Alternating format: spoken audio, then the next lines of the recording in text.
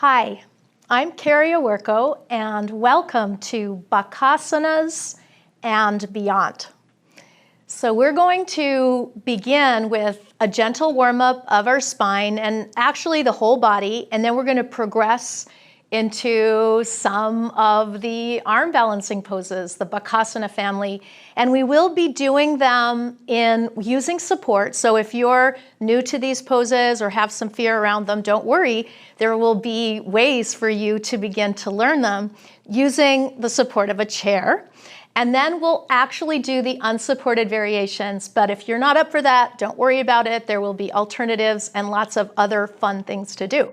So what you'll need is a sticky mat, a chair. This is a yoga chair, and you don't have to have, well, it's a folding chair, but used for yoga. So you don't have to have something like this, although it might work well.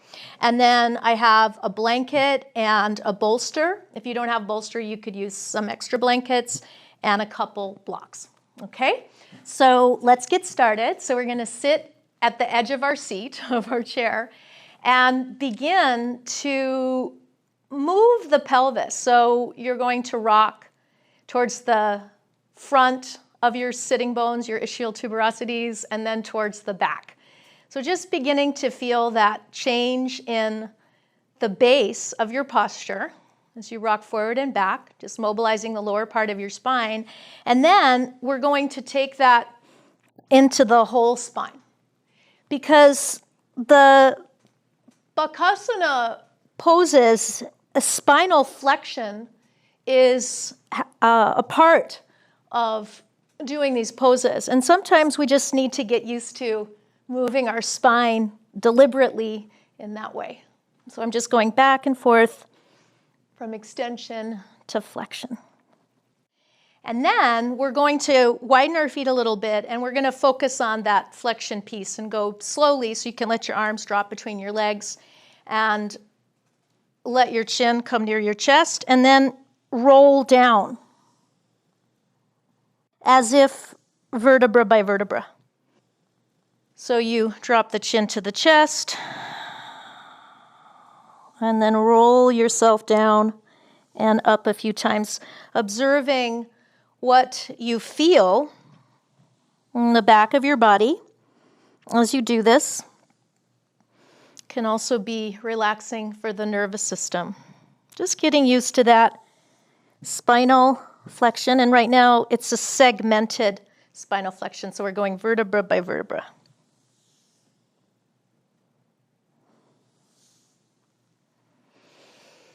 Okay, so now let's focus on the extension part. So you're going to reach your hands back to the back of your chair and just do that. It's sort of like upward dog, the upward dog of your dreams in terms of that opening of the chest and that ability to look up towards the ceiling by moving the upper spine between your shoulder blades in and up. Let's do that a few times. And then we're going to add rotation. So this is, I'm turning to the right, so I'm taking my right hand back to the back seat of the chair and using my left hand on my outer left knee so that I have leverage to create that twist. And I'm using my palm so that I can really use my arms to turn my spine. So in a sense, it's a passive twist because my arms are turning my spine. So passive twist for the spine. And then I'm going to turn my head the opposite way. So it's get a counter rotation in my cervical spine. And I'm just going to take my chin down a bit and back. This can be really wonderful for the neck. And then turn again and come back to the center. And then we'll turn to the other side. So I press down through my feet and lift up through my side body, and then with an exhalation, begin to turn. Using the arms to help create that rotation. Now I'm going to turn my head the opposite direction of the thoracic spine and take the chin down and up.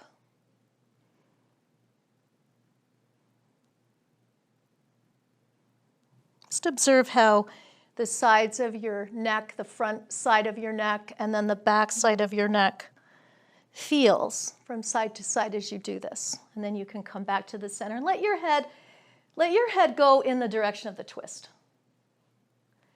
And then come back to the center. Now we're going to make that twist active for the spine, meaning that I'm not going to use my arms to turn my spine. So I'm going to take my hands behind my head, interlace the fingers, lift upwards, and now rotate.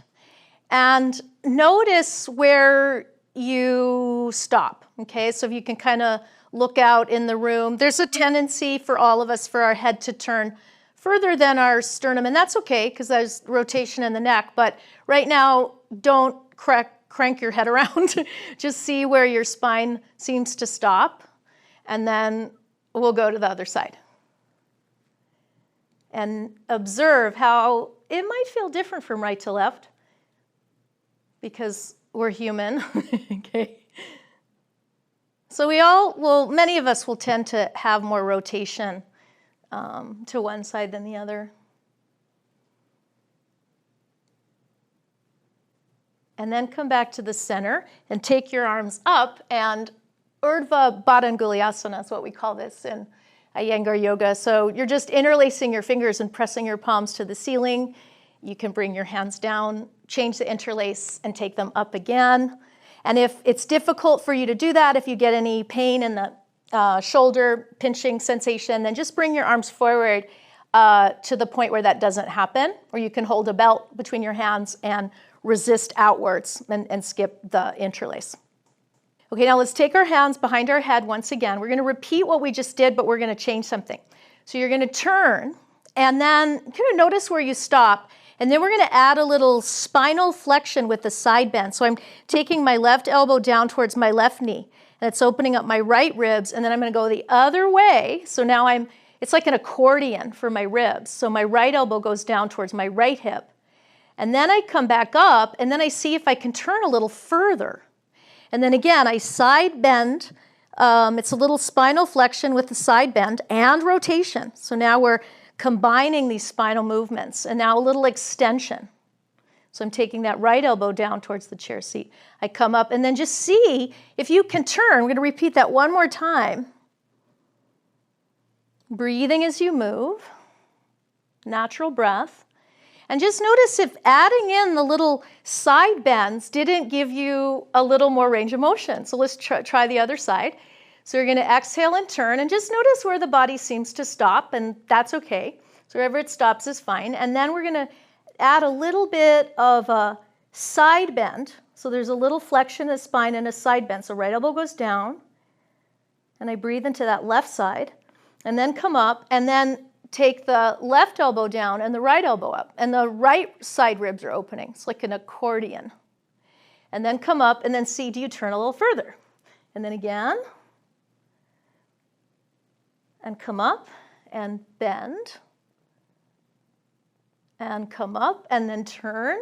And notice with each little increment and repetition, do you get a little bit more rotation?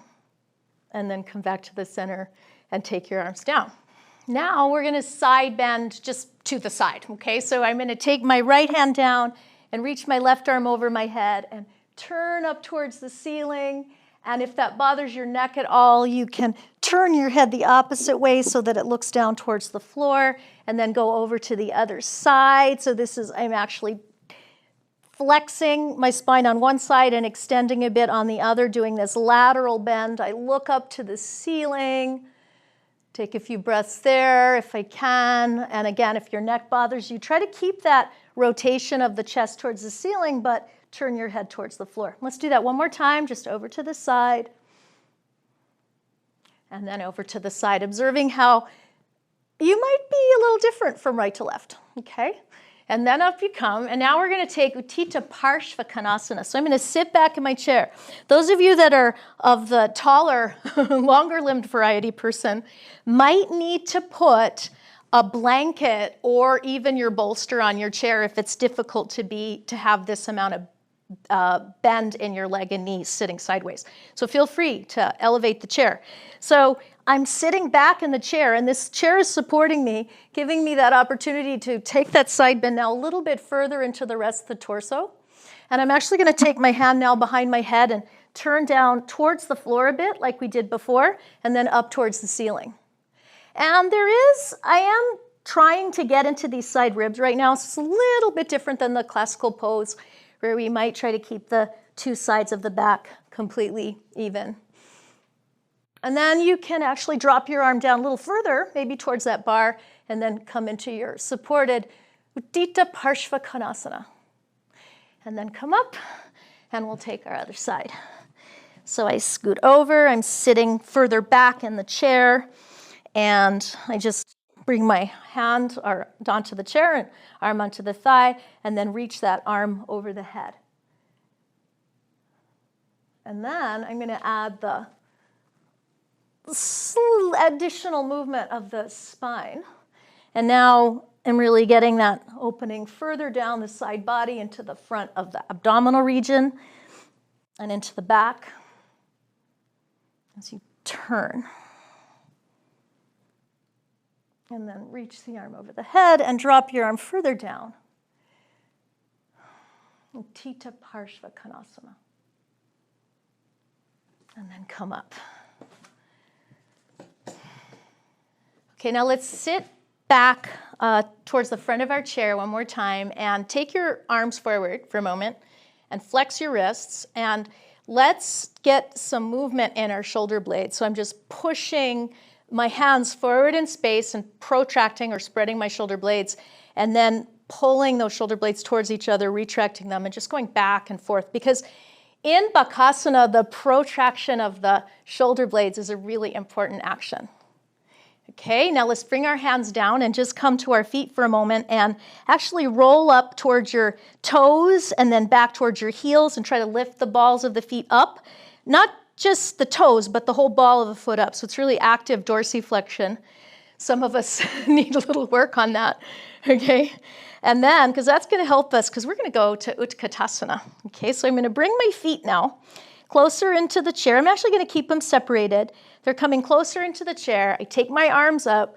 I'm going to shift forward and just let my pelvis alight off the chair and then come all the way up to stand, Urdhva Hastasana. And then you can bring your arms down. And while we're here, let's just take our arms forward for a moment and curl our fingers in on each other and just pull the knuckles back towards the forearm to get a stretch on the top of your forearm, and then go the other way. This can be really helpful when we start to work on those balancings, just good for your wrists, but also if you feel some strain in your wrists, this position where you curl those knuckles down can be really helpful to just fold it in, okay? At any time in your practice, good to do throughout the day. All right, so bring your arms down and let's one more time take them up and then come to Utkatasana and then back up to stand. Arms down. Inhale, arms up. Exhale, bend. And inhale, stand up and take your arms down. Let's just do that a couple more times. And this time, you're going to see if you can alight your hamstrings just on the edge of the chair. Now, you might have to elevate the seat with a blanket or something, okay? Because if you're taller and our proportions are different, that can affect your ability to come into such a low squat. So feel free to elevate blocks, blanket on the chair. So now we're going to try another Utkatasana, and I'm going to actually take one foot forward so my heel and toes are in line with each other, and one foot back. Okay, and then arms come up, and I'm going to shift forward and then just pause here in this kind of asymmetrical Utkatasana, and then come up, because that's a little bit more like life. Now interlace your hands behind you, lift your chest, and then look forward, take your arms up again, and then bend, and observe how when you have this kind of staggered relationship between your feet, you might get a little more dorsiflexion in this, the leg that's closer to the chair, a deeper stretch in the lower calf area, the soleus muscle. So take your feet apart and doing the opposite side, and you might observe how different we can be from right to left in that way. So I shift just enough forward just to get that little lift, and then come all the way up. Take the arms down, interlace, look up. Bring the head forward, take the arms up again, and then a slow lower. And really get into that dorsiflexion kind of compression of that ankle that is closest to the chair. And then sit back down and levelize your feet. Now we're going to try another Utkatasana. Who knew there were so many Utkasanas that one could do? So this time we're still going to keep our feet apart. I'm going to take my arms up, shift forward, lift up, and then take my arms down, and we're going to come to, you can bend your hips, knees, and ankles, and shift a little bit to the left, and just float your right foot off the floor, and then shift over to the right and float your left foot off the floor, just like an inch off the floor.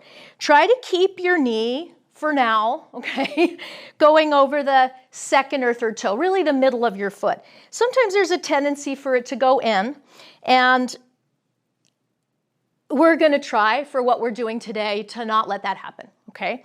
And try to keep the weight a little bit further back towards your heel as you go back and forth. So you're backing your hips up. You're going to feel probably more activity, not only weight through the heel itself, but also a little more activity in your glutes and your buttocks. Okay, now come back to the first side, and then as you press down, float that right foot up, and then come all the way up to Ekapada. It's like Uttita Hasta Padangustasana, but your leg is bent. And then let's come back and go to the other side. Okay, and now we're gonna try that again. And now this time we're going to see if we can stay. And if you have difficulty balancing, just put your hand on the chair. Move yourself around your mat and put one of your hands on the chair. But put your right hand on your right knee. So you notice where your leg just stops naturally. Now we're going to use a little resistance. I'm going to press my right hand into my right knee, like really press, and the knee up into the hand. And then I'm going to keep my leg where it is. I'm going to lift my hand and then see if the leg can go higher. Okay? Now, wherever your leg stops, you put your hand there again. Start pressing knee to hand, hand to knee. Press, and then lift, and then notice if your leg goes higher. Okay, so that, and then you can step down. So we're actually deliberately engaging those hip flexors because we need them in these poses. And also learning how to deepen that hip flexion, we're actually using action or activity so that the brain really recognizes that it can be strong in these positions. And then when it knows that, it gives you more range of motion. So let's try the experiment on our other side. Well, let's go from Ekapada Utkatasana. So squat, shift, lift, and come up. And feel free to go to a wall. It's not necessary to be balancing here. Wherever your leg seems to stop, because we're not using our hands to pull it up, this is active. You place your hand, left hand on your knee, and then start this oppositional force, this resistance. Knee to hand, hand to knee. Raise the hand. Notice how the leg can go higher. Okay, then start again. Wherever you stopped is your new starting place. Resist. And you can resist quite a bit. That might affect your balance, so feel free to go to the wall. And then lift, and then notice if it goes higher. Okay, and then bring your leg down, take your arms up again, exhale, Utkatasana. Okay, now we're going to go back to our arms for a moment, and we're going to take Garudasana arms. Okay, if that's difficult for you, then you can do something like this.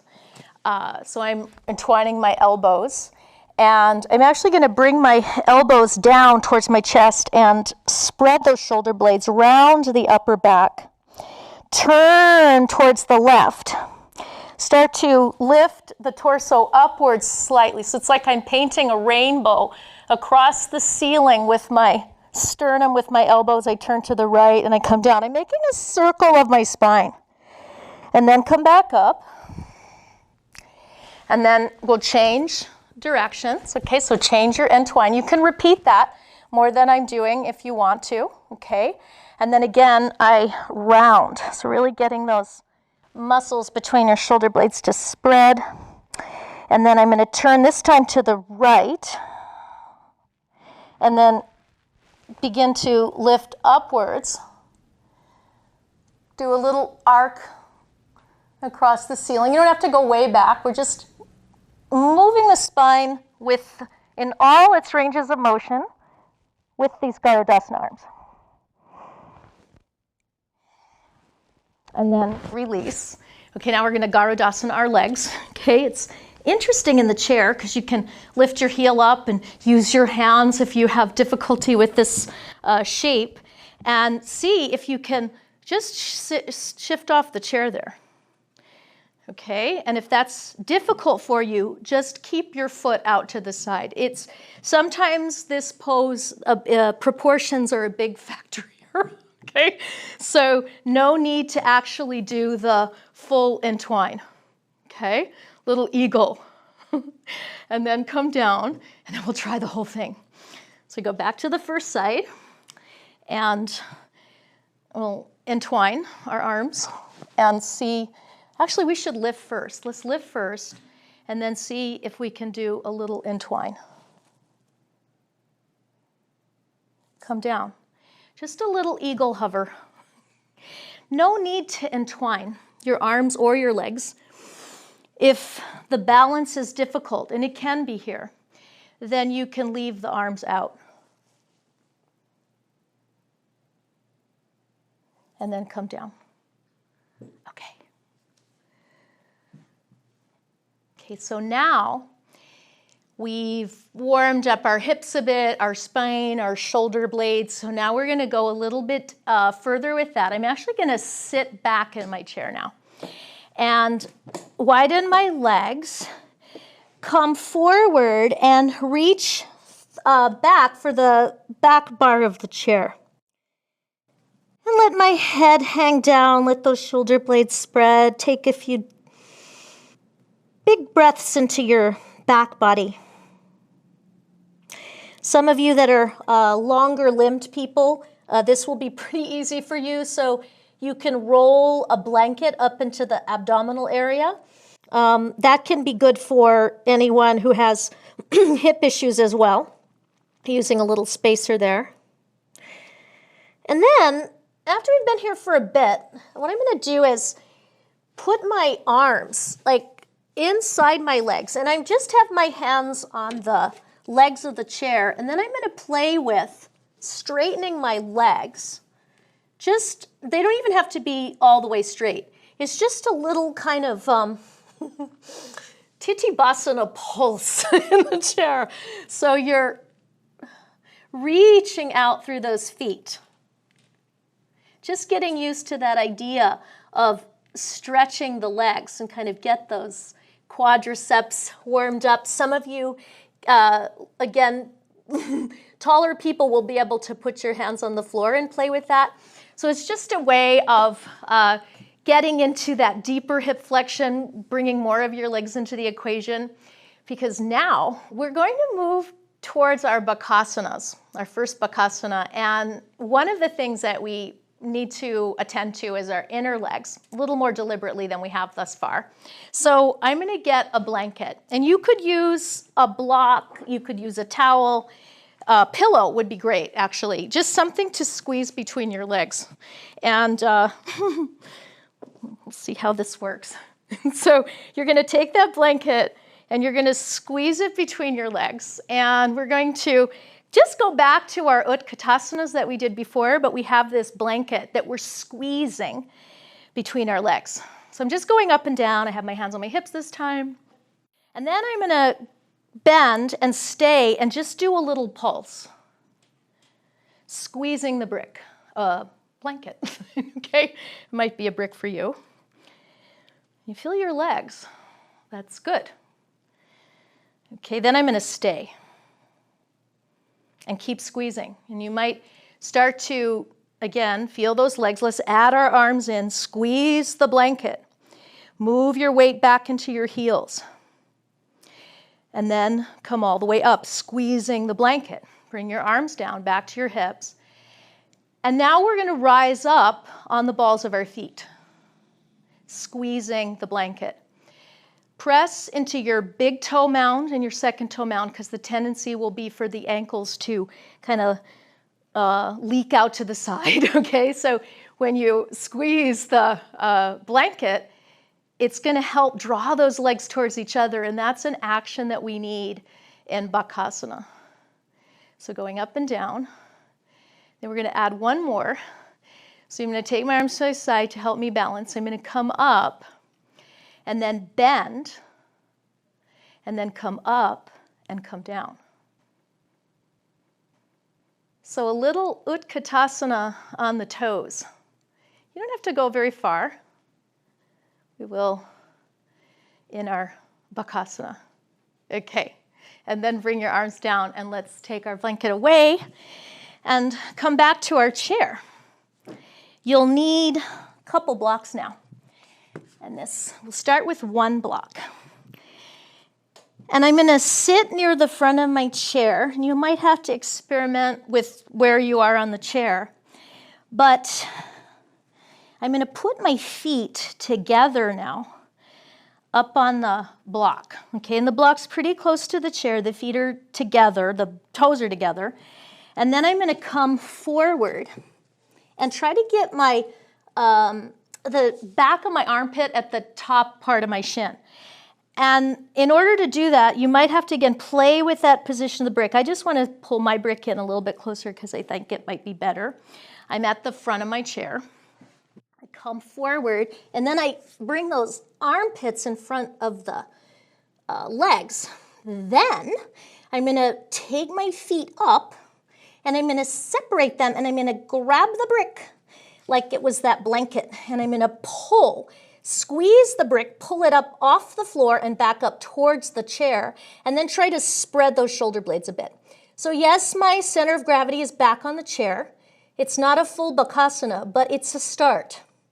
And it's really teaching the leg action and the abdominal action. Okay, so I hope you felt some activity in this part of your body. So now we're going to go a little further with that. You can repeat that, or you can try the next stage. And you could still stay with one block. I don't know, sometimes I just feel more confident with two. And then it's basically the same setup. I'm on the edge of the chair. My feet are up on the bricks.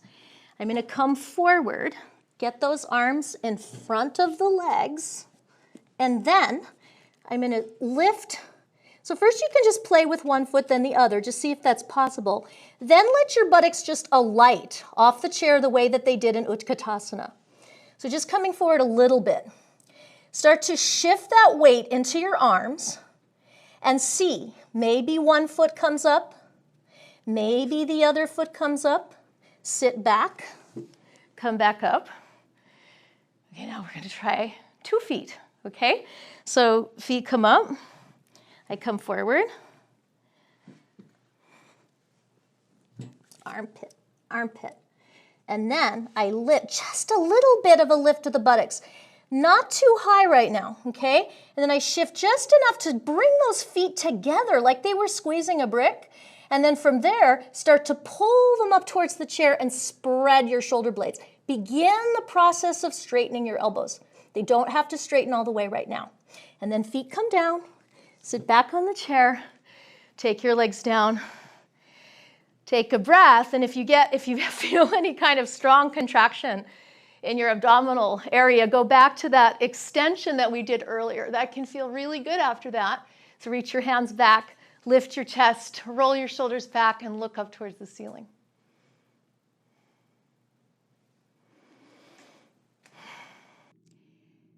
We're going to try a very supported version of Parshva Bakasana. We won't need blocks right now, though, again, you might. Again, proportions are different.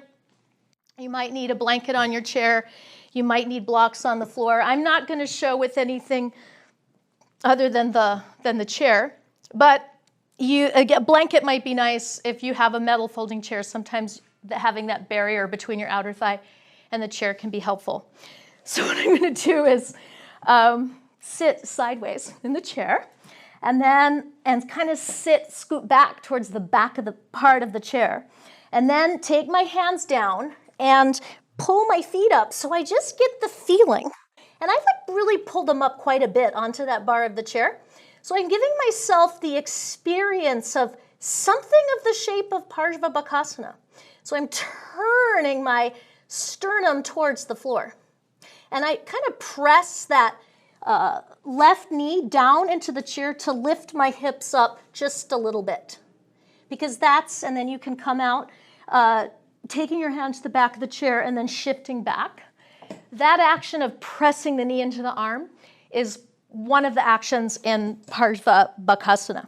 So I sit sideways, I tuck myself back into the chair. If you happen to have an ottoman or a little bench, that would be the ideal prop for this. So I come forward and I pull those feet up, hands down to the floor. So my arms are on the floor. They're not bearing the total weight of my body because most of it's on the chair, but there's a little load through those arms. And I'm beginning to learn that process, or just familiarize my body with the orientation of my limbs to each other and this kind of idea of the shape of the pose. And then out you come, take the hand back, and then bring yourself back up. So that was a fully supported Parshva Bakasana with the chair. We are going to get rid of our props for now and only have a blanket. So I'm going to take my chair over to the side and fold up the mat. So we don't even need a mat for this part.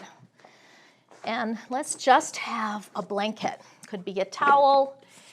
And I'm going to put this down on the floor, and I'm going to kneel on it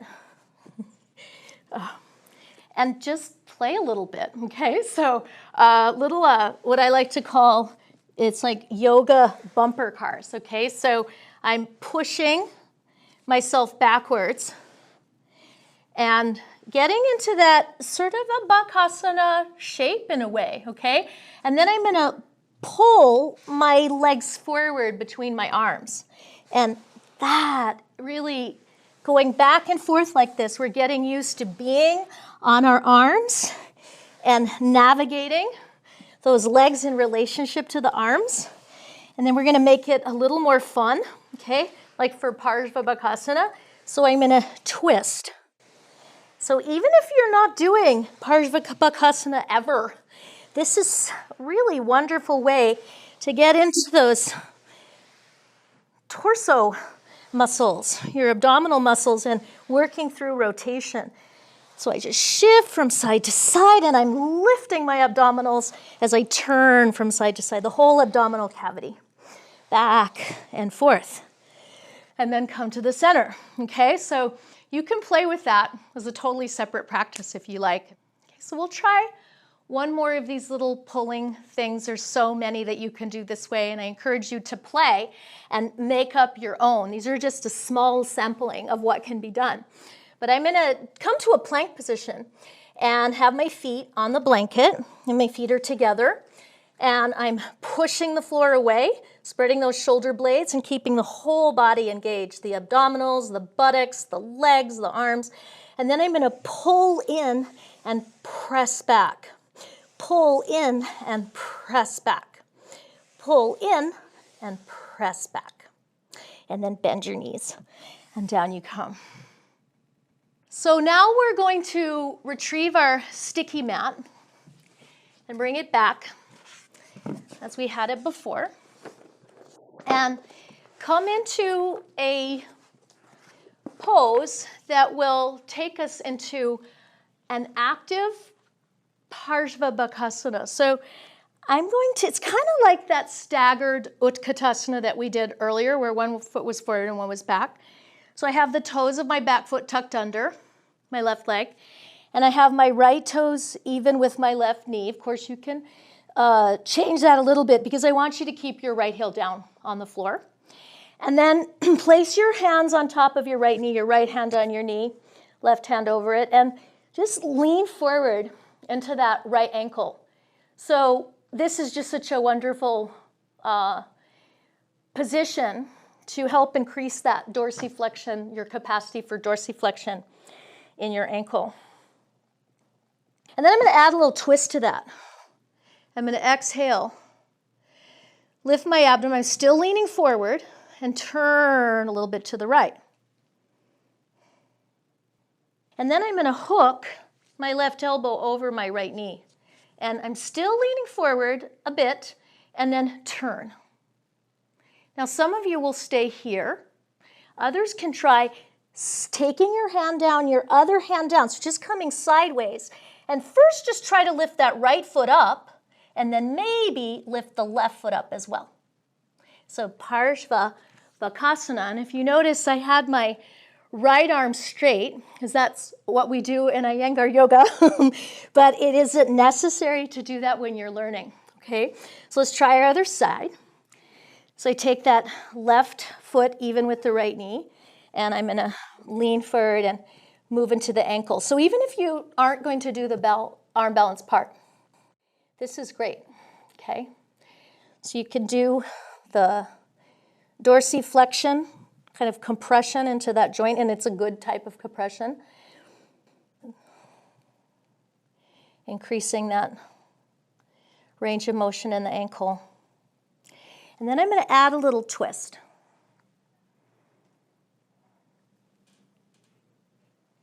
And then I'm going to hook. And some of you will stay here. No need to go further. For those of you that are going further, I'm just going to shift myself over to the side. Right hand comes down, left hand comes down, and then I pick first my left foot up. Maybe that's all you do, that's okay, but maybe we slip that right foot up as well. Parshva Bakasana. And then we come back down into our little kneeling shape. Let's try a pose called Sankatasana. So we're going to bring our feet together now, and I'm actually going to lift those heels up like really high. And I'm squeezing my legs together, and I'm going to try to balance. So some of us will just stay here with our fingertips down. Others can take their arms forward. So this is a wonderful pose to help strengthen the feet, the ankles, the lower leg. And again, we're in a Bakasana relationship. I take the arms down, and I bring my feet back, and let's just take a little Uttanasana. Allowing the sides of your body and your head to release down towards the floor.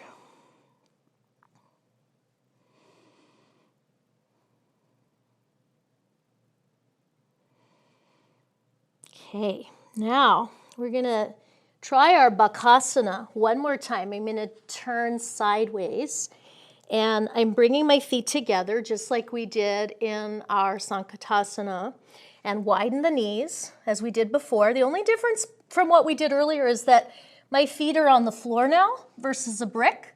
And then I'm going to shift forward and pull the feet up towards the buttocks. Spread those shoulder blades and round that upper back, those backside ribs lifting towards the ceiling. And then we come back down, and you can repeat that. You can repeat the dorsiflexion work that we were doing with the twist, or you can try this variation. I'm going to use a blanket, and I encourage you to try. I personally like having the blanket under my head, but it also helps a little bit to have a little lift for those of you that are new to going from your head into Bakasana. So I have this blanket. And the first thing that we can do, just to get used to the idea, and of course, if you've never done headstand, you can try this first part, but I wouldn't go all the way up to the headstand variation if you're brand new to headstand. You want to learn that pose first.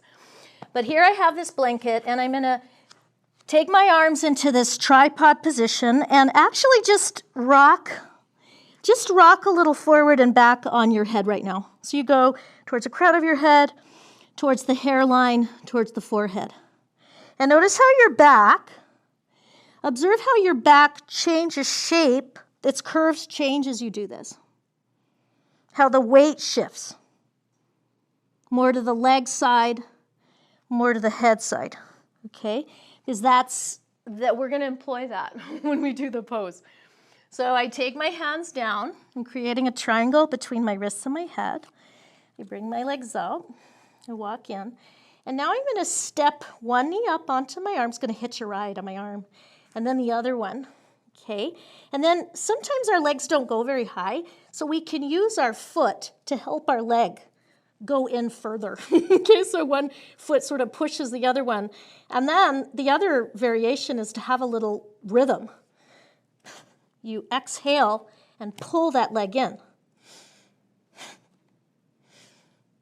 So it's a quick movement that requires some stability in the shoulders.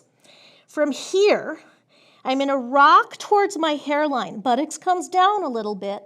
I start to feel the weight moving into my hands. My head comes up. And then from there, I can re-spread those shoulder blades and come up towards the Bakasana. On the way down, I bend the arms. And instead of dropping down on the crown of the head, I'm going to rock from the hairline to the crown of the head. And then step the legs down and take a little break. So come to Adho Mukha Virasana. Child's pose. Your arms can be over your head or back by your hips. And breathe into that back body.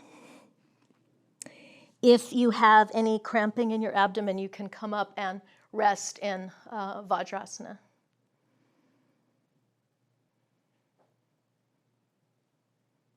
So you can repeat what we just did, or you can try coming from headstand. From Shirshasana 2, tripod headstand. So I walk in, and I'm going to come up with straight legs, but it's fine to come up with bent knees. We come up to our tripod headstand, keeping those shoulder blades lifted, whole body engaged. And then let's bend our knees, bring the knees in towards the chest. So this is like that Sankatasana. And then the knees come onto the arms. You can try the quick movement or use your foot to push the leg up a little further. No need to do what I just did. And then I rock towards the hairline, shift the weight into my arms just so that my head comes up, no further than that, because then we have to lift vertically upwards. Come back down slowly. For the hairline part of your head comes to the floor, then you rock back to the crown of the head. Take those legs together, bring them back up.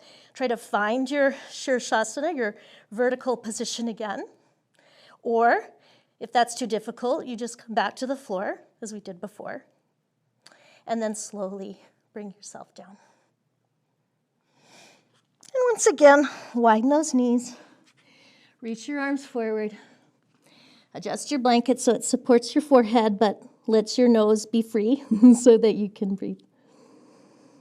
And spread that breath out in your back body.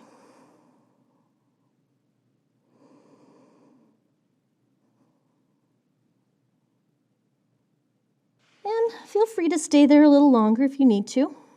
Otherwise, let's come up.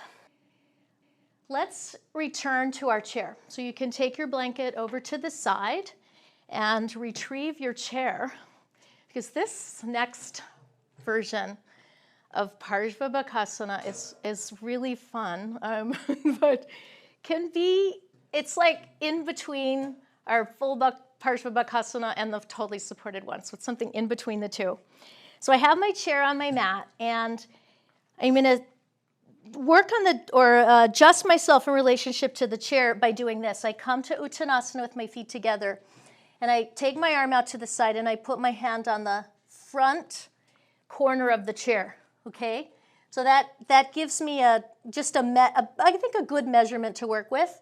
You could be closer or further out, but let's try to start here. And then I'm going to take both hands down onto the floor, because this is where my feet are going to go, like right where you put your hand. So I'm going to take both hands to the floor, and I'm going to look at that place on the chair where my feet are going to go. And I'm going to step my right foot up first, and then I'm going to step my left foot up. So I'm in this kind of twisted pike position. And then I'm going to put the outer edge of the left foot on the chair, the right foot on top of it, and I'm going to come towards a Parshva Bakasana, but my legs are not on my arm.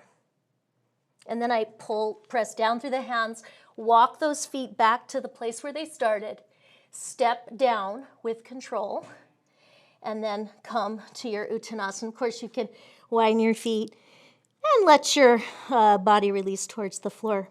you have any wrist pain, just tuck your fingers under your feet, your whole palm under your feet actually, and hang down in this way, called Padahastasana.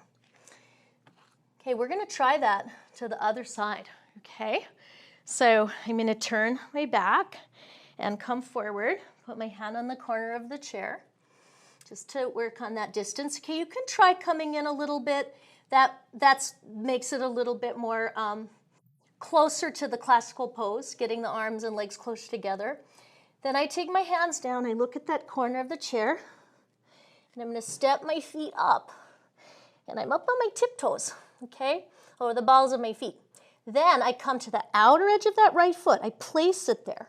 Then I put the left foot on top, and I swirl in to that Parshva Bakasana shape.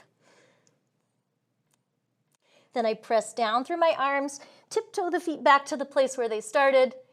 With control, step the right foot down, step the left foot back, come to your Uttanasana.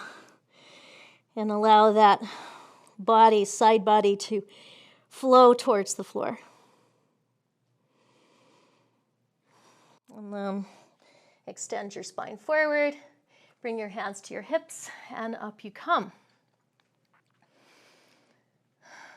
Now we have one more supported arm balance, and this is probably one of the most difficult arm balances, and we're only going to do it with the chair today. And it's actually a really great pose to do. Even if you're just learning the Bakasana, you could try this one. So I have my chair on my mat. You want to push it against a wall. If you feel that the chair isn't stable on the floor, you can do that. Same thing with the previous pose. I'm just going to leave it where it is. And I'm going to take my hands down and take my right leg back to the chair seat. And I really want it more towards this front part of the chair, not to the back of the chair, because that can kind of tip the chair if your weight is too far back. So have your foot further forward. And to get the distance, you're taking your leg back so that its thigh is parallel to the floor, about that relationship. And that measurement will work, okay, for both sides. So you can just step each foot back and forth, just to let your body get familiar with that. And then I'm going to keep my feet apart this time. And I'm going to lift my right heel up like that Sankatasana. I'm going to bend down and hook the right back of the right armpit in front of the right shin, in front of the shin. Then I step the left leg up to the chair. Some of you can stay here. Others can press that right knee into the arm and just pick the right foot up off the floor. And there you are. Eka Pada Bakasana 1. And then take your foot down, your other foot down. Let your body come down towards the floor. Draw up through the fronts of your legs. Sometimes that can help you fold in a little deeper. And then we'll try the other side. So I raise my left heel up. I bend down, letting my legs and arms bend, and I get that left armpit in front of the shin. I step my right foot back. So just notice how that left foot is still on the floor. I straighten that right arm. I lean a little forward, and I press the left knee into the left arm to lift the foot up. Eka Pada Bakasana 1. Foot comes down. Other leg comes down. And again, we fold forward. Let's return to Padahastasana. So get your hand way under your foot, like as far as you can. And then lift upwards as you shift your weight forward. That's a really nice stretch for your wrist extensors. And then we'll take one hand out, the other hand out. And this time, instead of coming up with the extended spine, let's bend our knees, drop that tailbone down, and roll up, just to give ourselves a variation. Now we have a nice relaxation. So good. So I'm going to just turn my chair back to the weight that it was when we started and grab a bolster. This could be a couple blocks with a blanket on top of it if you don't have a bolster, some extra blankets. And I'm just going to bend sideways over this bolster and allow my body just to drape over the bolster. It's pretty much at my midsection, so there's some weight in my legs, a little bit to the leg side, and also into the upper body side. So I'm just draping over the chair. You can use your bottom hand to tug on that wrist and reach, sort of lift that left leg up a little bit and reach it out into space. Can feel so good to stretch the side body. I'm leaning back a little bit to open up through the front side abdominal region, which we certainly worked. And then I roll a little forward. There's no right way to do this. It's just, and if your head hurts, neck hurts, you can always put your hand behind your head, support it. But it's just a passive opening for your side body. And you can stay here as long as you like, okay? Breathing into the side, allowing gravity to help elongate the side body and to bring that breath into the sides. To come out, I'm going to step my left foot forward and just shift my abdomen onto the bolster for a moment and just hang forward. Breathing into that back body. And then take my hands to the bolster and shift back up towards a little light lunging position, and then come around the prop and go to the other side. So you can experiment with how you position yourself over this prop. And if you have an ottoman or a sturdy coffee table, you put your blankets on it, you can experiment with what you're using. The opening of the side body can be so relaxing for the nervous system, especially when you invite that breath to move down towards the pelvis. I'm holding my wrist and adding a little traction, elongation. And let the body go back.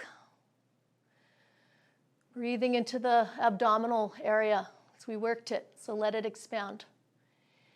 Allow your breath to expand in all directions through your torso. So 3-dimensional breathing, circumferential breath in the ribs, in the abdomen, even into the pelvis.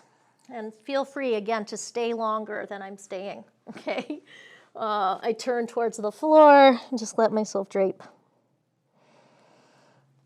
And then shift back to bring myself up. And then we're going to lie down, okay? So we'll take the chair. We'll have our feet elevated today. And we're gonna put the chair like this, and let's use a bolster under our pelvis and a blanket on the seat of the chair. Something like that. So it gives you a little inversion, okay? So you could also do the Viparita Karani pose against the wall, have a bolster under your pelvis and your legs up the wall. That would also be a nice relaxation. I'm just going to use the chair because we've been using it. So I come over to the side of the bolster, and then I use my arms to support me as I bring my legs up on the chair, and then I slowly lower. And such a nice pose. Feel free, if you're taller, to put more height under your legs. I could probably use a little bit more height under my legs as well, but this feels nice. And if you have any discomfort in your lower back, you can experiment with drawing the bolster more towards the chair. So it encourages a slight posterior tilt of the pelvis. That helps some people.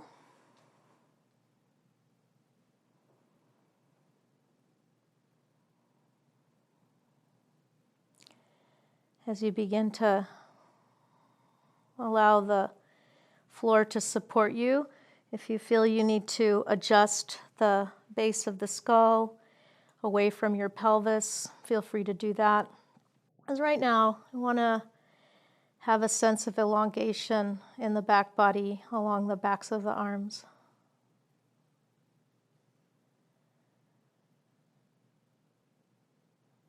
Allow your exhalations to gradually lengthen.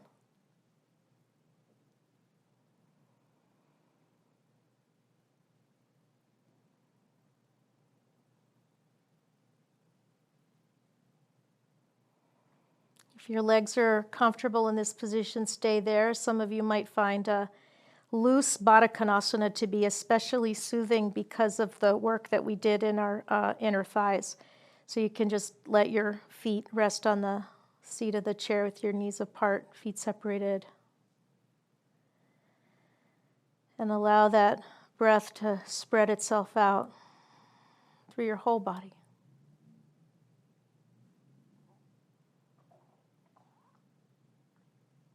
So that you really land.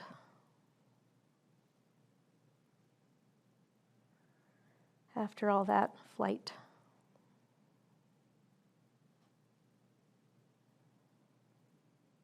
Stay here in Shavasana as long as you like.